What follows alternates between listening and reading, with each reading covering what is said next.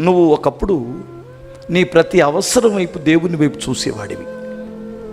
నీ కన్నులు ఎదుట ఎంత ఏ పరిస్థితులు వచ్చినా నువ్వు వాటి వైపు చూడలా. సమస్యల వైపు కాదు, దేవుని వైపు చూసావు. కష్టాల వైపు చూడలా, దేవుని వైపు చూసావు. అప్పుల వైపు చూడలా, దేవుని వైపు చూసావు. అవమానాల వైపు చూడలా, దేవుని వైపు చూసావు. ఈ మధ్య కాలంలో సమస్యల వైపు చూస్తున్నావు. అందుకనే మునగడం ప్రారంభించుతున్నావు. అందుకని ఎందులో నేను అట్లా కట్టడుక్కి వెళ్ళిపోతున్నావు.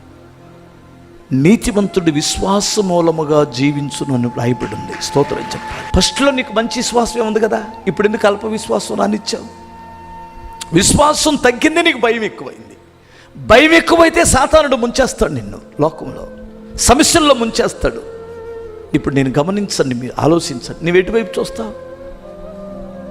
యేసయ్య వైపు చూస్తావా? అయితే నువ్వు లోకంలో మునుగు.